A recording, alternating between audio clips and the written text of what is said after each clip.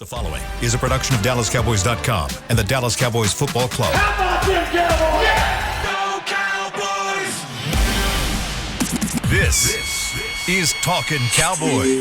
Streaming live from the Dallas Cowboys World Headquarters at the Star in Frisco. Handoff, Elliott plowing to the goal line. Barry, sacked by Lawrence. Prescott keeps it, and he bangs it in for the touchdown. And now, your hosts, Isaiah Stanback, Patrick Walker, and Kyle Yeomans.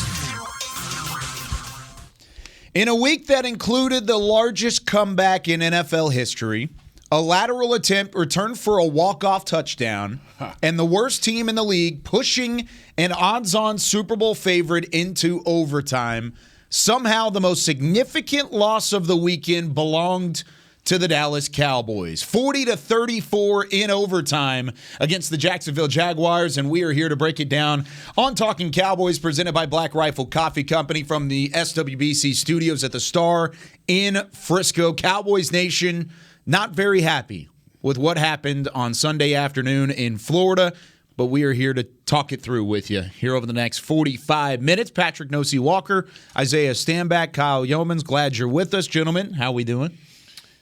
We're doing, right? We're doing. Keep it real Monday, Kyle. It is Keep It Real Monday. Keep it real Monday. And it's easy to do that whenever you have a game like this. Leading by 17 points, 3 scores, and you lose to a lesser team, or at least a team that on paper is lesser, because yesterday they weren't. Okay. They were on top. We said all week. Yeah. All week that this Jaguars team was not one to fool around with. We said that, yes, the Cowboys, and as we sit here and have this conversation, the Cowboys are still the better team. But we said the Jaguars are not the Texans. They're not the Colts. They have horses on offense. They can put up points. If you make those mistakes, if you make the mistakes and give them added possessions, they will take advantage of it, so forth and so on. And now as we sit here, we're talking about the defense in the Cowboys that just allowed over 500 yards of offense. 34 points. I mean, they had 40, but, that was the walk-off pick 6. So that was a defensive touchdown that got them to the 40-burger. But 34 points allowed by this Cowboys defense. Again, Trevor Lawrence, what we talk about, Isaiah and Kyle, once you get home, because you will get home. Once you get home, bring him down. Finish him. I said that he would escape a few. He'd escaped a few. To my count, it was 3 sacks that he escaped. There you go.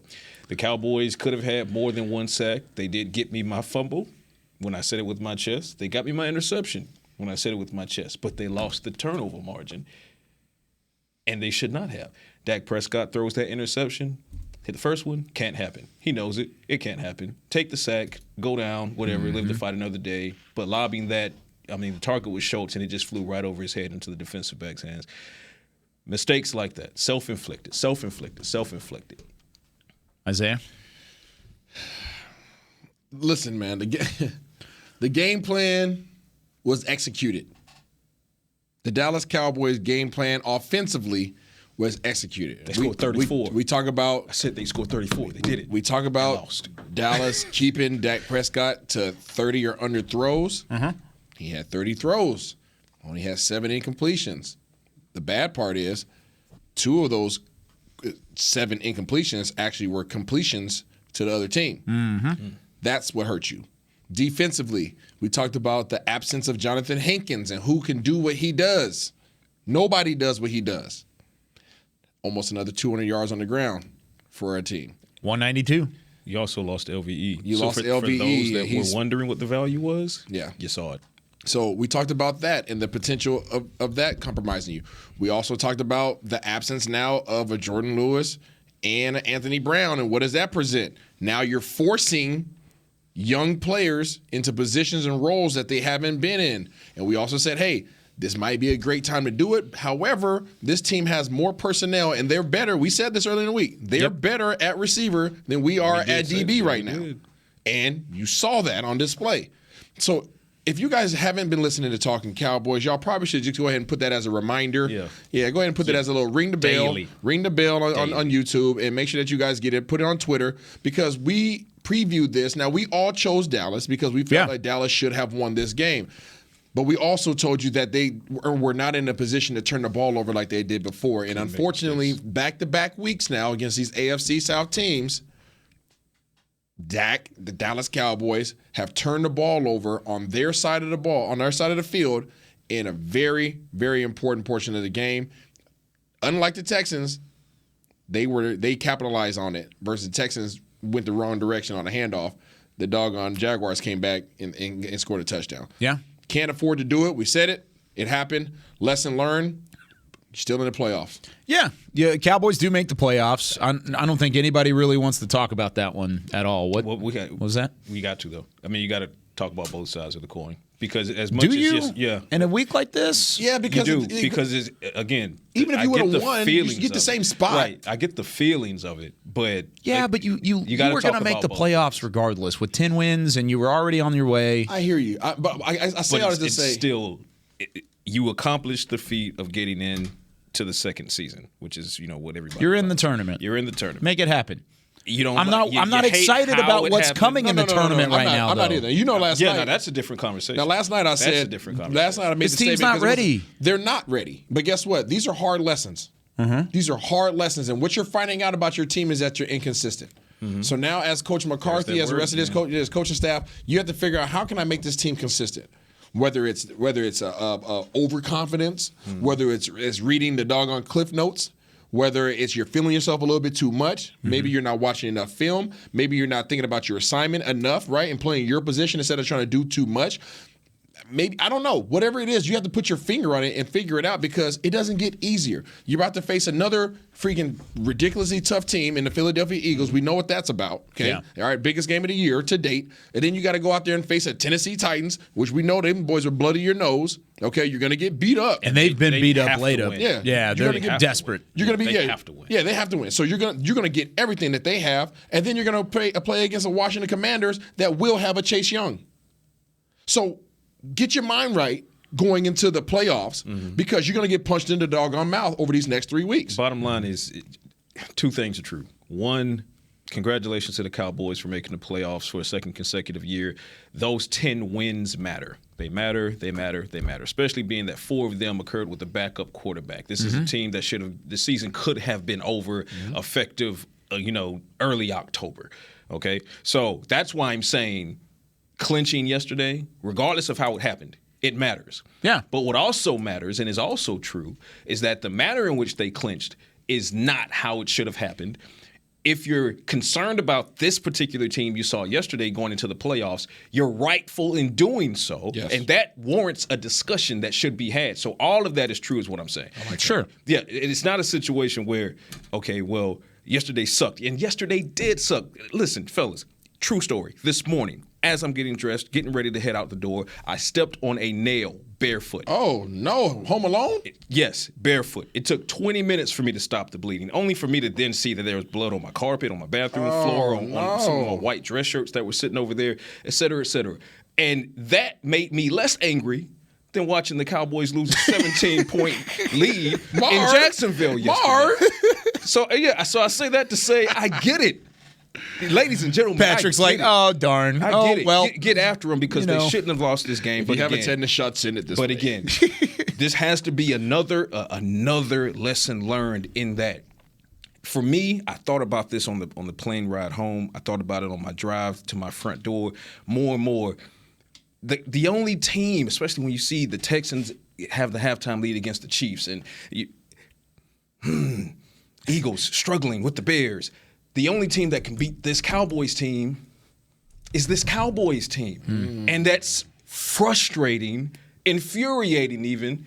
However, just get in, clean this up, and let's see what happens. But biggest game of the season coming up in 5 days from this conversation. Yep, coming up on Saturday. It's a little less big because now your chances for an NFC title hope is pretty much diminished. Yeah. However, you can avoid the Eagles wrapping up the NFC title championship on your home turf because if the Eagles win, they win the division on Saturday, and we'll celebrate it on your turf. And they will absolutely celebrate it on your turf. This is playoff football.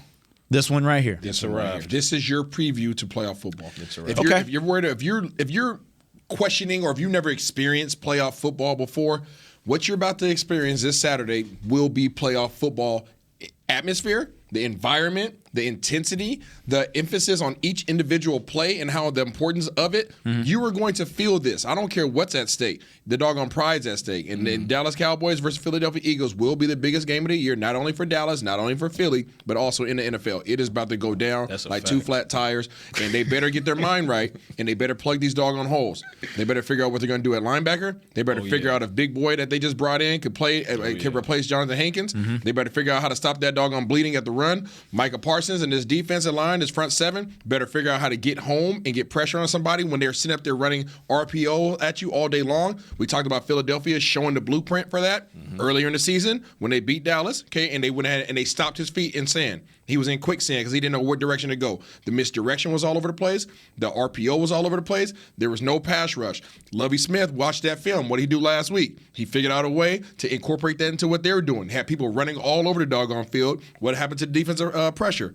Slim to none, right? Didn't get any sacks last week. Now all of a sudden you have a Doug Peterson who comes in, does the same exact freaking thing. Guys running all over the place, right? You get a little bit of pressure on Trevor Lawrence, but you don't bring him down like we talked about. He's a big fella, okay? You got to bring this dude down, and what does he do? Go out there, he has time to deliver the ball, and he freaking torches you Tostito style, okay? He finds your weak spots in your hole, and he took advantage of it.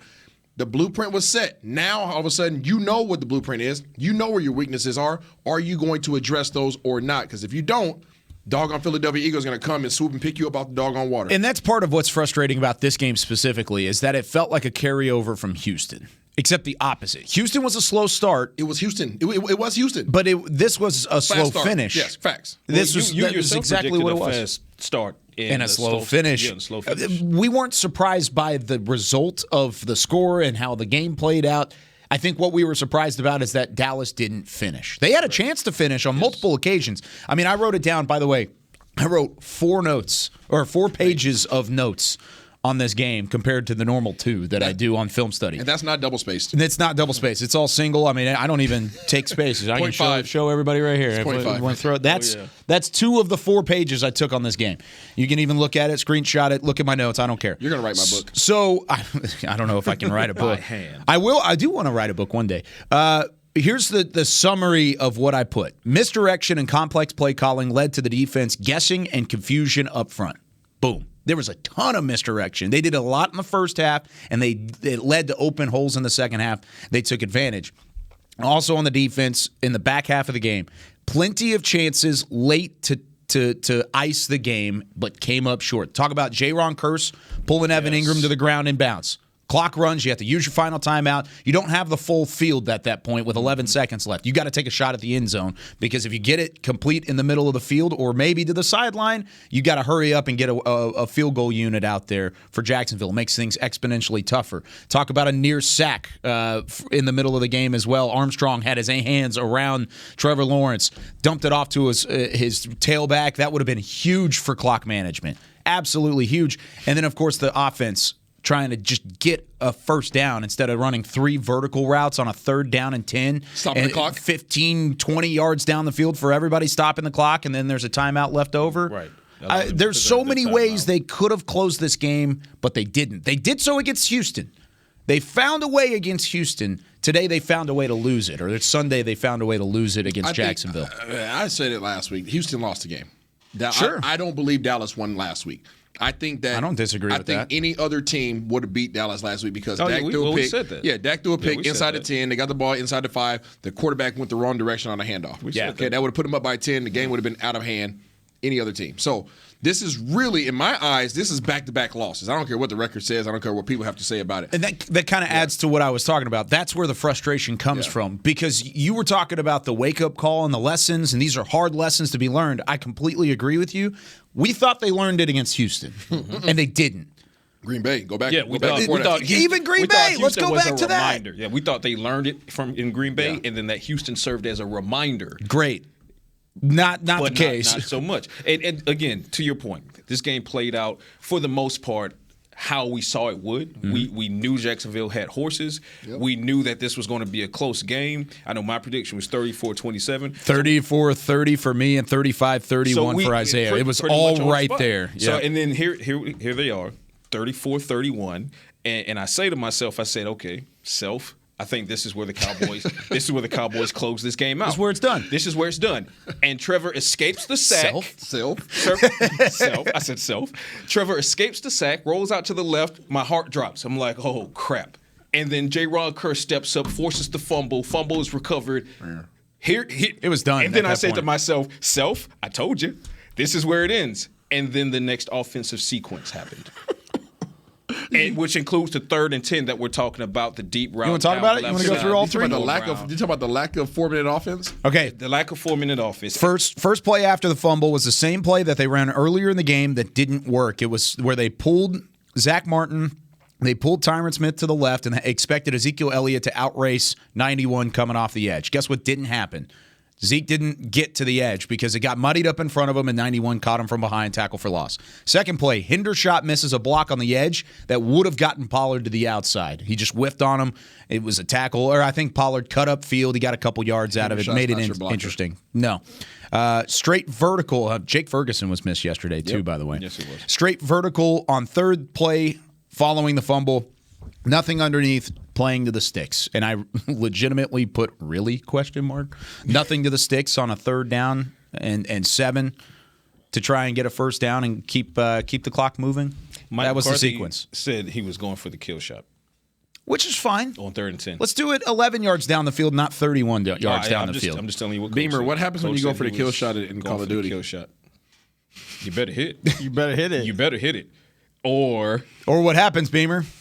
The rest of the squad comes over and wipes you. yeah, you better make it. And I saw a clip the other day on Instagram. Somebody said, we just faced SEAL Team 6. Call of Duty. Well, now you. I don't want to get off the subject. I'm sorry. That just made me think about but that. it was ultimately after the defense, and again, I can't get over the thought that this is a team that beats itself.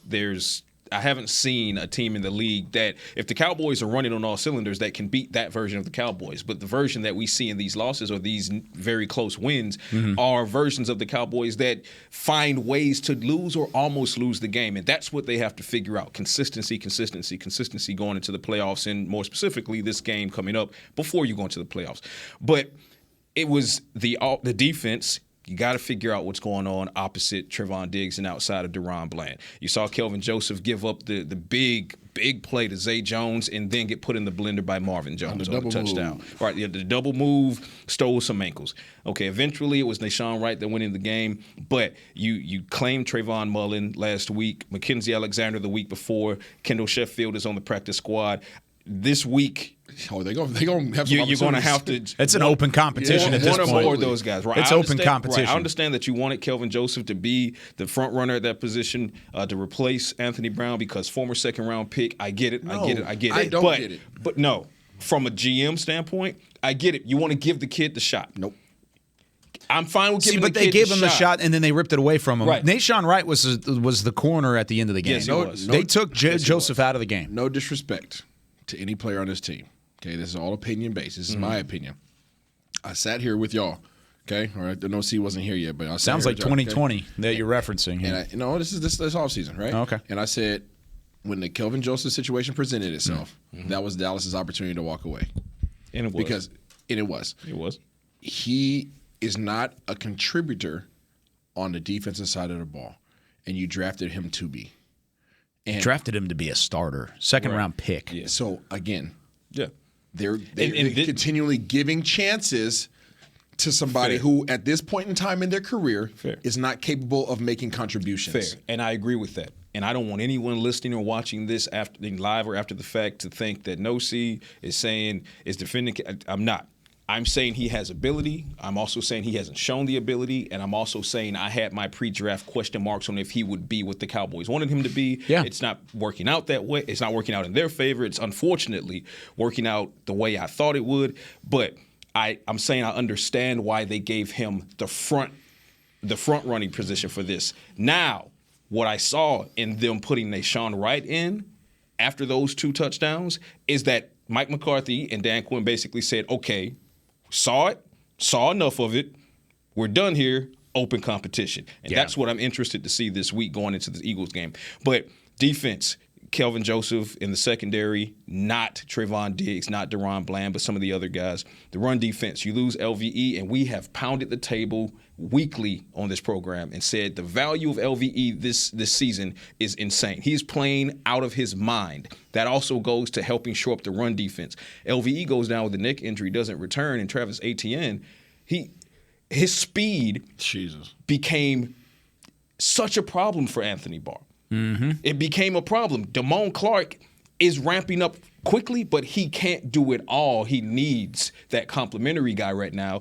And Barr couldn't handle the speed of Etienne, whereas LVE could. But no LVE, so forth and so on. The defense gave up the cheeks on several plays, but then they locked it down. And then it was the offense that in the end couldn't get it done. The lack of a 4-minute offense in a regulation, and then in overtime, the throw to Noah Brown, which that interception was not on deck. The one I said earlier was on deck, but that interception, it was a good throw. He put it. I don't think it was a great play call. I think it was a good throw. He put it right where he needed to, low and away. Receiver has to come up with that ball, and worst case, not tip it into the air and make it interceptable. Just real quick, prayers up for Van Der Esch. I'm not sure what the report is on him, but I can imagine his mindset right now. As we talk about mental health, I can only imagine the frustration and the stress that he has on himself right now, not even from external, but just from himself, being that you previously had a neck injury that could have put you out of your career. Could have ended your career, and now all of a sudden you were put out of a game because of a neck injury. Don't know if they're related. Don't know at all, but the neck is not that doggone big, okay? I pray that he's okay, because anything from the shoulders up, you got to be concerned about somebody's career. Yep. Not a game, but a career. His neck is pretty big, but circumference. But I get what you're saying. Yeah. But I get what you're saying. That's the thing, though, about LVE. This is a guy who came back last year, just needed to be healthy in a contract year. Just wanted to be healthy, be on the field, contribute. He did that. He stayed healthy all the way through all 17 games into the playoffs, and he was healthy. Came back this year, bet on himself again. Yep. 1-year deal. Yeah. Bet on himself, came back here. Did not pick up the fifth option. He signed a 1-year deal for cheaper money than he probably could have gotten elsewhere to bet on himself to try and stick around and be a top-notch linebacker. Guess what? His play spoke for itself. Yeah. He played exceptionally well all the way through this season. Like you said, we're big LVE stands on this show, but we're also critics in the past when he hasn't played well. I know you and I have gotten on to LVE in the past. This year, you can't do that because he was one of the best players on that line, on that second line, on that defense. They gave him a chance. No doubt. They gave him a chance. The reason why he hadn't been him and Jalen in the past is because they didn't have guys up front. Nope. Right? Now, that's the strength of your team. Yeah. Your team. He was over 100 tackles. Not your side of the ball, your team. Yeah. Right? So now that he has guys up front, and we talked about if you put guys in front of linebackers that can play, now linebackers can play. Yeah. And that's exactly what he was doing this year. So prayers up to him. I hope that the diagnosis is LVE, in his we are favor. hoping the best for LVE. Yeah, he sucks, 100% deserves to be healthy and successful. And when you hear neck on LVE, obviously you're gonna go to worst case scenario mentally, but we'll have more on him in the next day or so. Yeah, we'll check up on him and for make those sure. that keep asking what Jabril Cox is, here he comes. If LVE can't go, he'll be there. You're about to see him. Yep, we'll see how that works out as well, because it was rough at the second level. It was rough on the defensive side of the football as well. We'll talk about it when we come back with more Talkin' Cowboys. When you build, you start with the foundation. And home ownership is a foundation of a stable future. The Bank of America Community Home Ownership Commitment has helped over 34,000 people lay the groundwork so far, with up to $10,000 towards your down payment or 3% of the purchase price, whichever is less. The satisfaction of owning your own place can become a reality. Visit bankofamerica.com/homeowner to learn more. What would you like the power to do? Bank of America N.A. Equal Housing Lender. Credit and collateral is subject to approval. Restrictions apply. This is not a commitment to lend. Did you get to work on time? Yeah, but I just realized it's Sunday. Little Sweet says head on home. Dr. Pepper's on its way. So sweet, unique.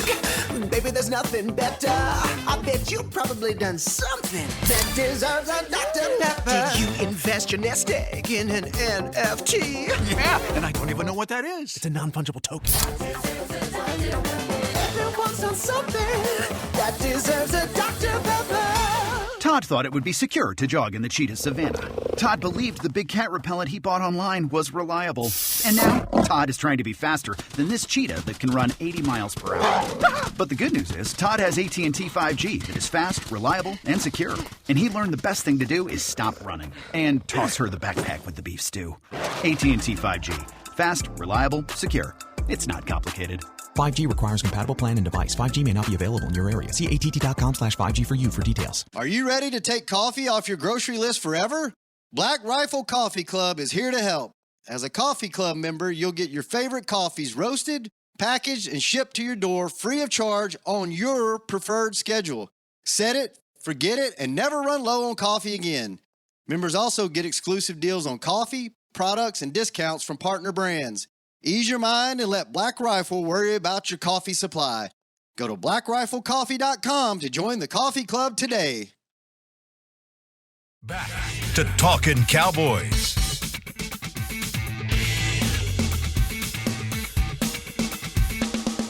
'Tis the season for Dallas Cowboys holiday youth camps presented by Invisalign. Registration for one-day football and dance academy camps are now open. Don't miss your chance to send your favorite athlete to camp at AT&T Stadium on December 20th and 21st. Limited spaces remain. Register today at dallascowboys.com/academy. Back here on Talking Cowboys following the 40-39 loss to the Jacksonville Jaguars. I want to talk defense here in this segment, and then we'll hit the offense.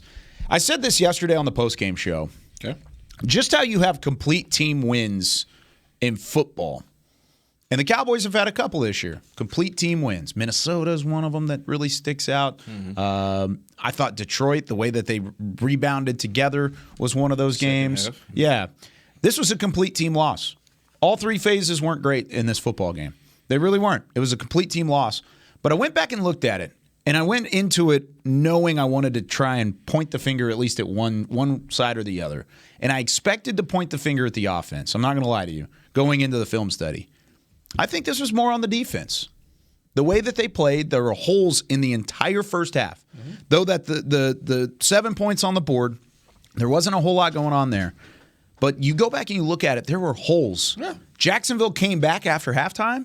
Doug Peterson, and credit to the Jags, they made the right adjustments to take advantage of those holes in the second half. And they got there and they put it home. So I agree with you, Kyle. I think this one was more on Dan Quinn and the defense. There were some bad scheme decisions. There was some horrible execution from the defensive line, from the linebackers, from the DBs. It was a across-the-board poor performance from the defense. What do we say on this show? Talking Cowboys. Geez, we drop a lot of gems. I'm telling you. What do we say when the defense has a bad game? Have we had that conversation? Can the offense pick them up? Yeah. Which we said the defense is entitled, based upon how the defense has played this year. They're going to have entitled to having a bad game. Sure. Now, we don't expect that game to be against the doggone Jacksonville Jaguars, but we know what they were capable of. We did. Okay? And we know who was calling their plays. Again. We did. Right? We know exactly who was calling their plays. A freaking mastermind. Okay, he's been really good for a long time. Just because you go to Jacksonville doesn't mean that you suck all of a sudden. Yep. Doug Peterson's a heck of a coach. Okay, and he has a heck of a quarterback. They're going to win games there for a long time. They're going to win games. They're going to start figuring it out. Yep. So we said if the defense has a bad game, can this team win?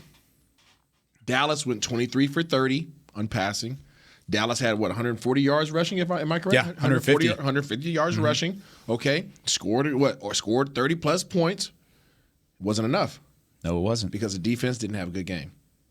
And we've talked about this many times before. It takes, what did we say in a pregame show? What was my key to the game? No turnovers. Zero turnovers.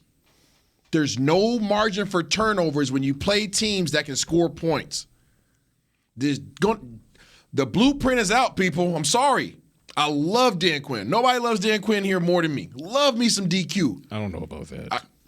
No, dude, he's been on the Dan Quinn bandwagon. Nobody loves DQ here more than me. From jump. Fair enough. From the Seattle day. Defense. Well, it's hard not to not be on where this defense in Seattle. Where this defense is strong. Where this defense is strong is in pass rush. Yep. Philadelphia opened that door. They showed you how to slow down this pass rush. Okay? Misdirection. Lovie Smith reads. confirmed it. Okay? Green Bay showed you how to take the air out the ball. So the weak spots in this defense have been pointed out. when you play a team that has the personnel at receiver that can Tostito you, because now 2 of your 3 starters are gone. I don't care what team you are. If you lose 2 of your 3 DBs, you're going to be hurting. Mm-hmm. You're going to be relying on guys that you were hoping that you never had to rely on. Every team that we face that are going to be in the playoffs now, we can talk about playoffs, and I know we still have 3 more games, okay? You can talk about it. But this next game, they have 3 receivers that can run routes. Fact. What did we talk about this past week? They had 3 receivers that could run routes. Yeah, you had to worry about the tight end. They did a pretty doggone. They were out there running them, and they were out there running them. Oh, boy. So where Dallas is weak, these other teams are strong. Mm-hmm. And now the defense is not going to be what it has been all year long, because we said by the end of the year, team offensive coordinators are very smart. They're going to start figuring out where your weakness is, and at some point in time during the season, somebody's going to highlight your weakness, and then those OCs are going to see that, remember it, circle it with a red dot on the screen, and then start saying, how can we pick that apart? Teams are starting to do that. So now it goes from 70-30 from defense being the leaders of this team and really carrying this team like a jam sport to now, guess what? Now it's more 50-50. Yeah. So now when your defense gives up 500, now your offense has to put up 400. And not turn the ball over. And not turn the ball over. That's what I was going to go to. And not turn the ball over.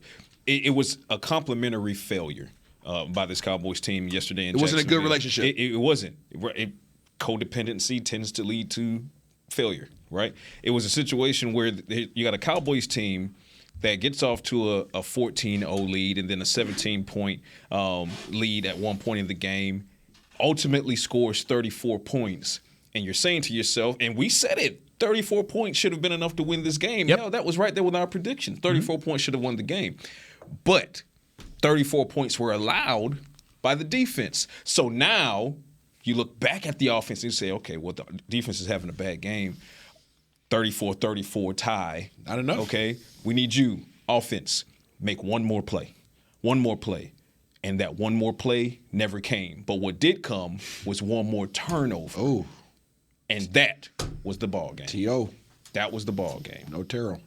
No. Offense had, on the days where the defense has a bad day, offense has to be immaculate. Can't make a single mistake. Because one, especially against a team that has horses, be it the Jaguars, the Philadelphia Eagles, the Chiefs maybe down the road, the Buffalo Bills maybe down the road, you cannot have a bad defensive day and make offensive mistakes. That's the end of that game. You just named 2 AFC teams down the road. I don't know if I can get that far yet. Oh, I was thinking the same thing, Kyle. I will say Philadelphia, they've got the horses. Yes, they do. Washington's got some guys out there outside too. Tennessee, not so much. Hey, Kyle, they're not really there. Kyle, we've seen stranger things happen once you get in the dance. They now have 3 games. They now have 3 games to figure it out. I get what you're saying. If you What talk I'm to me saying about is they this now last week, I'm fully on board. Anything can happen. Let's get into it. I'm not there today. I can't get there today. When I'm no talking, C's fast. He's in 6 weeks fast forward. 6 week fast forward. All I'm saying, because now that the playoff is clinched and the fashion in which it was clinched, they probably lost out on a chance to chase down the Eagles for the number 1 seed in the division and the conference. Now the game plan for me, and we'll talk about it over the course of the week, has to start slowly turning to managing and learning for the playoffs. So you got a huge test coming up here in Philadelphia. Go all out, take that win. You're going to get up for that game regardless. Yeah. But in doing so, thereafter, you got the Titans, you got the Commanders. You need to start taking these lessons that you've been presented with, learning, polishing, and then anything can happen once you're in the dance. That's all I'm saying. You're going to learn a lot about your team this week. Oh, you better believe that, John. You're going to learn a whole heck of a lot about your team. You better believe it. Philadelphia is strong where you're weak in terms of receivers. They're built that way. They built their team to beat you. Yeah. Okay? So they built their defensive line to stop your running game because they know that everything comes off of your running game. They have more receivers than you have DBs. They run RPO, which literally stops your pass rush. Okay, they're not turning the ball over. They had a couple of turnovers this past week. They don't turn the ball over typically when they're able to establish their running game. Okay, so these guys are strong where you're weak, and guess what? They're getting healthy. You're getting hurt. Yep. So you're going to find out a lot about who you are this week. If you had any question about it, here it is. It all goes back to, just really quickly, it all goes back to when you're talking about the Eagles who struggled against teams like the Colts and, struggled against the Bears on yesterday. And you look at teams like the Chiefs who were down against the Texans at halftime. Dallas should have lost to the Texans. Right, I agree. What my point is, I know that the Eagles are good, and I've said that readily. The Eagles are really freaking good, but are they unbeatable? No. And that's the thing. No team in the league has shown me that they're unbeatable and they're on any not. given Sunday. And that goes for the Cowboys as well. The Cowboys can come out and go 40-3 against Minnesota, who had the biggest comeback in NFL history here this past weekend. You could go in Minnesota, just absolutely ransack them 40-3, but then turn around and struggle against the Texans, then turn around and lose 40-34 against the Jacksonville Jaguars in Jacksonville. And again, those are two different teams, the Texans and Jaguars. Jaguars have horses. But nonetheless, my whole point being, we still don't know from any team, any playoff-bound team, who they actually are unless they're the Bills and the Chiefs. We know who those teams are. Sure. Everyone else, including the Cowboys, we're still trying to figure this out. Here's my, and I don't know if I agree completely either, because I think that just makes it fun. You know what Philly is. They're a one-loss team right now. Exactly who they are. That's exactly who they are. That's exactly who they are. Who cares what happens between now and then? They're going to be the number one seed in the NFC. But you it's see what going I'm to saying, happen. right? I see what you're saying. Other than that, it's wide open. You don't have to go through the Aaron Rodgers and possibly not a prime Tom Brady. You might have to go through a different Tom Brady. You guys know me. I don't make emotional statements. What I just stated about Philadelphia, where they're strong, where Dallas is weak, those are facts. It is. Those are absolute facts. True. Okay, and put it in Call of Duty terms for Chris Beam in the back. Okay, those guys are fully healthy. We need a med pack. A stem. Okay? You need a stem. So they got to figure it out. Yeah. You need a stem. You needed that bye week. That's what you needed. That's what hurts this one for me the most, is the fact that now you look ahead. You needed that week because just like what you're saying, you're not healthy right now. You missed a ton of guys yesterday. And I put out a tweet, LVE, Terrence Steele, Anthony Brown, Jonathan Hankins, Jake Ferguson, Jordan Lewis. You missed those guys yesterday. Those are all guys that make significant impacts. Correct. And yes, your guys came in and you had some guys replace them. Tyron's back and healthy. Great. That's fun. He had his struggles yesterday, too, coming back. Also lost Dorrance for a spell yesterday. Luckily, he came back. Yeah. Luckily, Donovan he Wilson, came back. you lost him for a spell before he returned. Tyron Smith, and let's not even. You are banged up. You needed that bye week. And now the chance for that bye week is all but gone, barring a massive collapse from the Eagles and a valiant effort for the final three. We don't expect that. No, my point not at all. is, I just don't know who any of these playoff-bound teams are outside of the Bills and the Chiefs. We know who they are. The Eagles, you know who they are. I know who they are, and I know their style, et cetera, et cetera. What I'm saying is, they haven't shown you what they did in the playoffs yet, but you know who they are. Yeah. All right, let's take our second ready break. for this dance, man. When we come back, break on Saturday. When we come back, let's talk about the offensive side of the football. What went wrong there? Where could they clean some stuff up heading into the short week against Philadelphia? With more Talkin Cowboys after this. Todd thought it would be secure to jog in the cheetah savanna. Todd believed the big cat repellent he bought online was reliable. And now, Todd is trying to be faster than this cheetah that can run 80 miles per hour. But the good news is, Todd has AT&T 5G that is fast, reliable, and secure. And he learned the best thing to do is stop running and toss her the backpack with the beef stew. AT&T 5G. Fast, reliable, secure. It's not complicated. 5G requires compatible plan and device. 5G may not be available in your area. See att.com/5G for you for details. Black Rifle Coffee Company serves premium coffee to people who love America. When you drink Black Rifle coffee, you are directly supporting veterans, law enforcement, and first responders in your community. Black Rifle's expert roasters love coffee almost as much as Texas loves football, so it makes sense that America's Coffee partnered with America's team. Go online at blackriflecoffee.com and fuel up with the official coffee of the Dallas Cowboys. That's blackriflecoffee.com to fuel up today. Little Sweet! Did you get to work on time? Yeah, but I just realized it's Sunday. Little Sweet says head on home. Dr. Pepper's on its way. So sweet, unique. Baby, there's nothing better. I bet you've probably done something that deserves a Dr. Pepper. Did you invest your nest egg in an NFT? Yeah, and I don't even know what that is. It's a non-fungible token. Everyone's done something that deserves a Dr. Pepper. Want to use what the pros use? How about the official men's skincare brand of the Dallas Cowboys? Jack Black. Right now, you can get the Jack Black Starter, a curated collection of Cowboys locker room favorites for just $10 with free shipping. The starter includes 4 Jack Black skincare favorites, plus a full-sized intense therapy lip balm. Go to getjackblack.com/Cowboys and use the code word TEAMJB. That's getjackblack.com/Cowboys. The Jack Black Starter, $10, free shipping. Back to Talkin' Cowboys.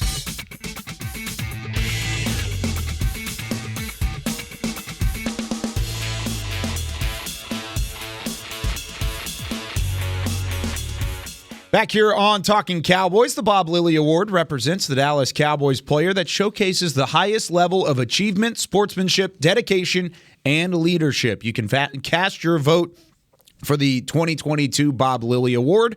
There is no limit to the number of votes you can put out there, and voting will close on December 21st. Visit DallasCowboys.com/Bob Lilly Award right now. Back here with Talking Cowboys, wrapping things up.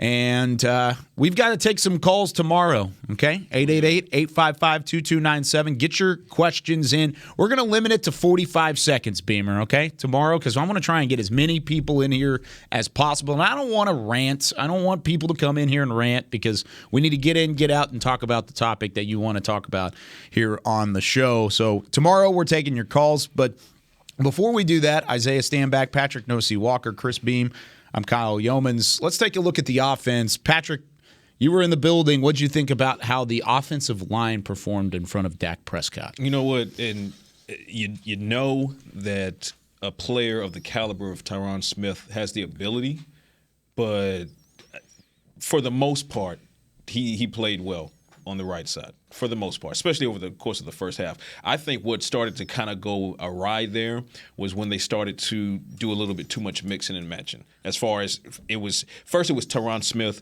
for multiple drives, and then Jason Peters would come in for a drive, and then Tyron Smith was in for a drive. But then you'd see Tyron Smith in on this play, and then Peters in on the next play, and Tyron back in on the next play. Mm-hmm. When that swap became so lack of a better way to put it, so close together, that's when the chemistry on that right side kind of got disrupted a bit, and that's when the pressure started to get to Dak Prescott. That's why you saw more pressures in the second half than you saw in the first half.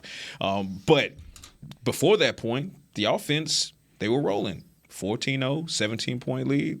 So I had no problem with the offensive line in the first half, but it was when they tried to, because you still got to ramp up T. Smith with 77. And Peters, he can't go 100% of the snaps. But for me, it was the decision on when to pull one for the other. You can't get a rhythm if the next guy is always coming in the next play. So that's what went wrong in the second half. I want Tyron at the left tackle. You want him back out there? I still want him at the left tackle. My mindset has not changed. Who's it right? Peters. Okay. I thought Peters was not good yesterday.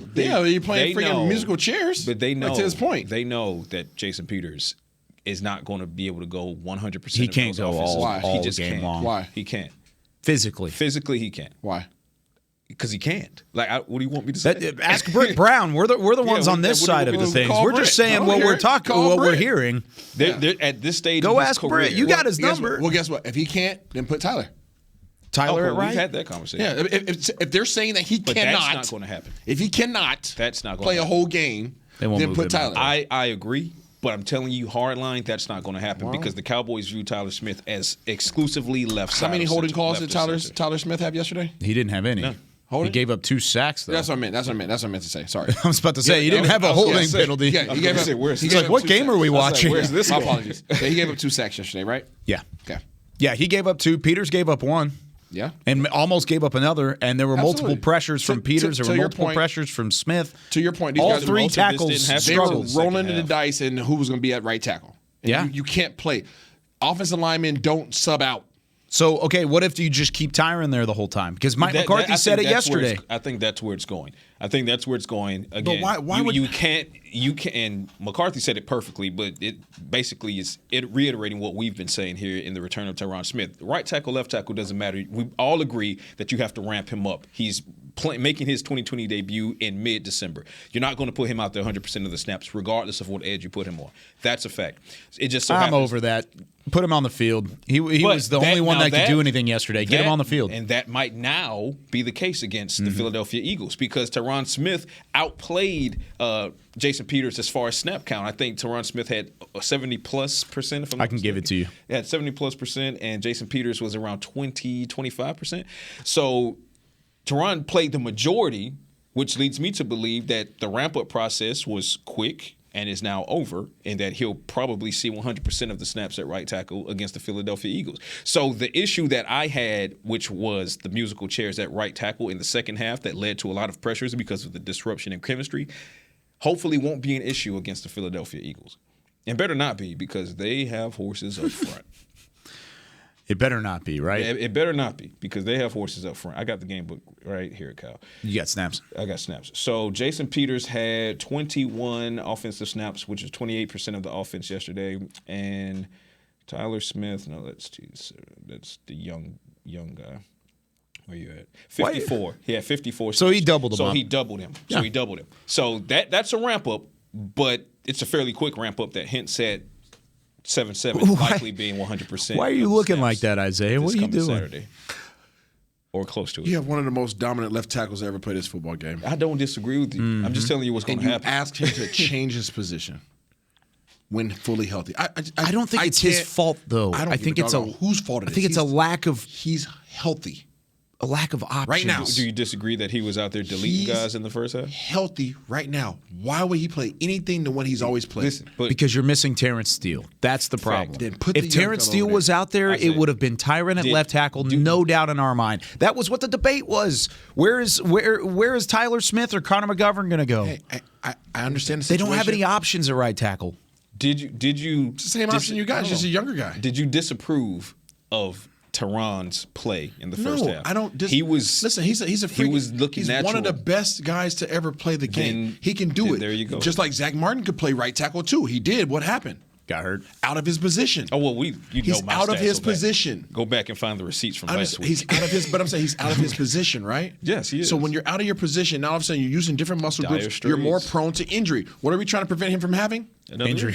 Come on, man. Isaiah. Like you know what I'm saying? Isaiah. Like I get, unless it's a mental thing and you don't want Tyler Smith to have to learn another position. That's his third. That would be the only thing that will remotely even say, okay, That's why I I'm hear telling you. it's not going to happen with if Tyler. if it's anything else outside of that, I can't for the life of me understand why you're taking one of the most dominant guys to ever play the position and say you're fully healthy.